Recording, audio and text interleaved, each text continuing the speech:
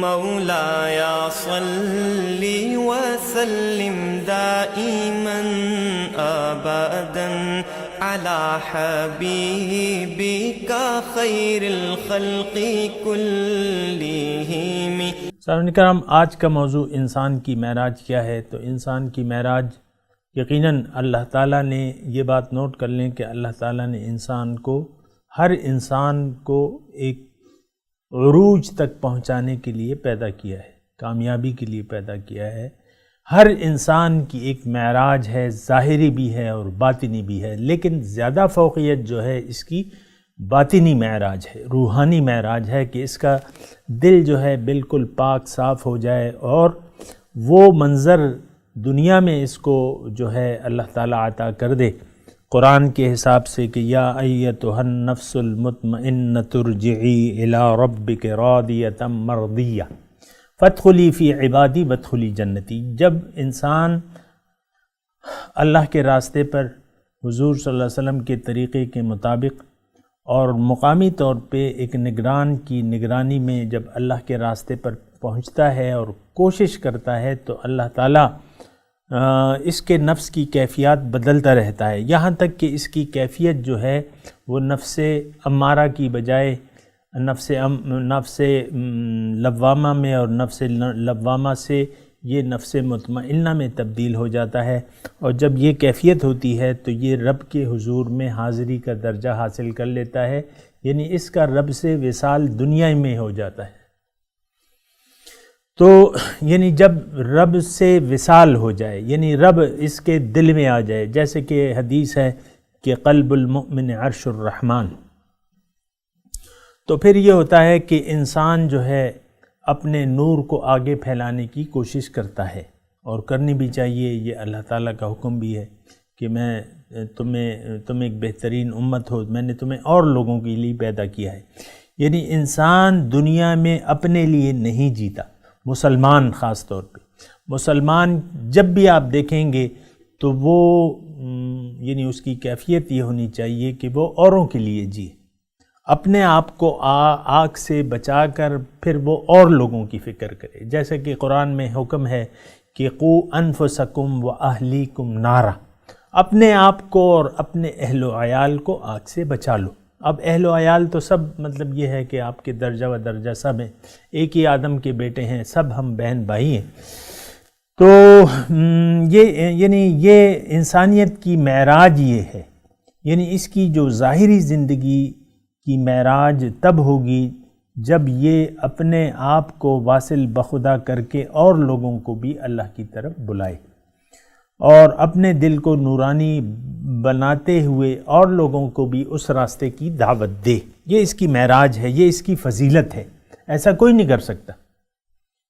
یعنی باقی کتنی مخلوقات ہیں، بے شمار مخلوقات ہیں، یہ فضیلت اس کے ہی حصے میں آئی ہے کہ یہ خود بھی اللہ کے قریب ہو جائے اور لوگوں کو بھی مدد دے یا دعوت دے، دعوت اللہ۔ جبکہ حضور صلی اللہ علیہ وسلم، یہ بات آپ کی تسلی کے لیے میں کہہ رہا ہوں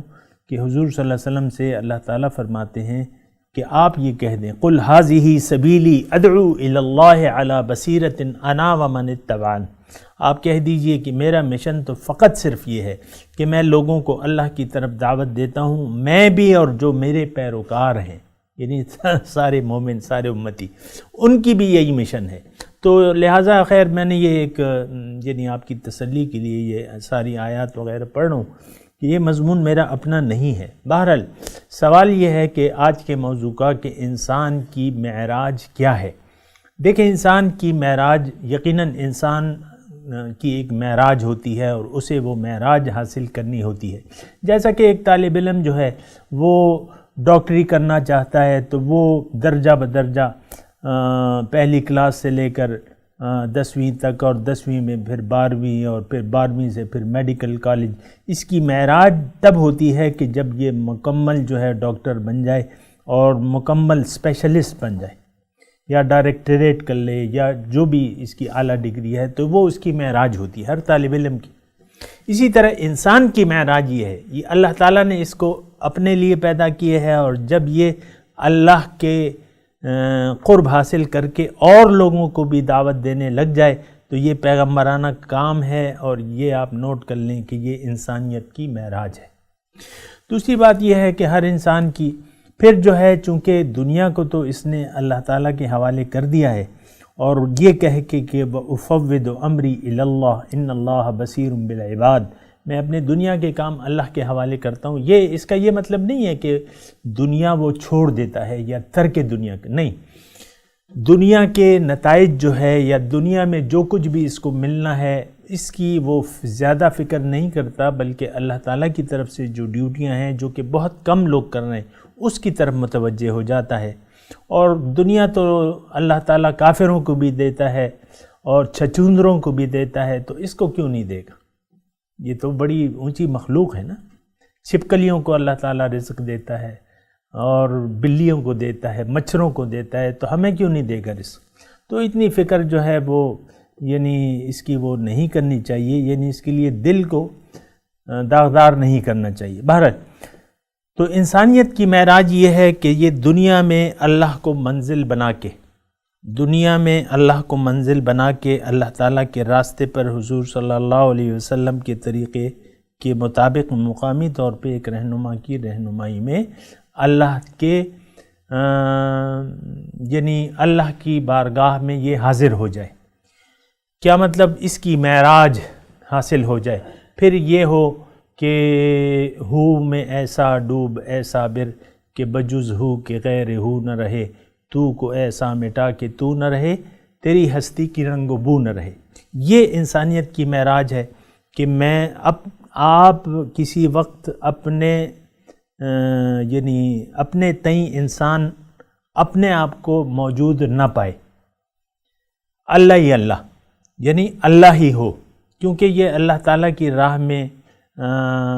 ایسا محو ہو گیا کہ اس کو اپنی ہستی بھی بھول گئی۔ یہ انسانیت کی معراج ہے۔ وہ شاعر کہتا ہے نا کہ منم محو خیال او نمی دانم کجا رفتم، شدم غرق وصال او نمی دانم کجا رفتم۔ اس کا مطلب فارسی کا شعر ہے، وہ کہتا ہے میں تو یار کے خیال میں محو ہوں، منم محو خیال او نمی دانم کجا رفتم، مجھے نہیں معلوم میں کہاں جا رہا ہوں، شدم غرق وصال او نمی دانم کجا رفتم، یار کے خیال میں میں غرق ہوں، مجھے نہیں معلوم کہ کہاں جانا ہے۔ تو بہرحال انسان ایسا محبوب میں غرق ہو جائے کہ اسے وہ اپنے وجود کو نہ پائے۔ اس کی میں زیادہ تفصیل بھی نہیں کر سکتا کیونکہ یہ مجلس اس کی متحمل نہیں ہے، لیکن انسان کی معراج یہ ہے کہ اللہ کی رضا میں یہ یعنی اپنی مرضی کو، یہ میں جملہ مختصر کہہ رہا ہوں، پھر وقت بھی ہماری مجلس کا اختتام پذیر ہے، کہ اپنی مرضی کو اللہ کی مرضی میں گم کر دے، اپنی مرضی کو اللہ کی مرضی میں گم کر دے اور وہ چاہے جو اللہ تعالیٰ چاہتا ہے۔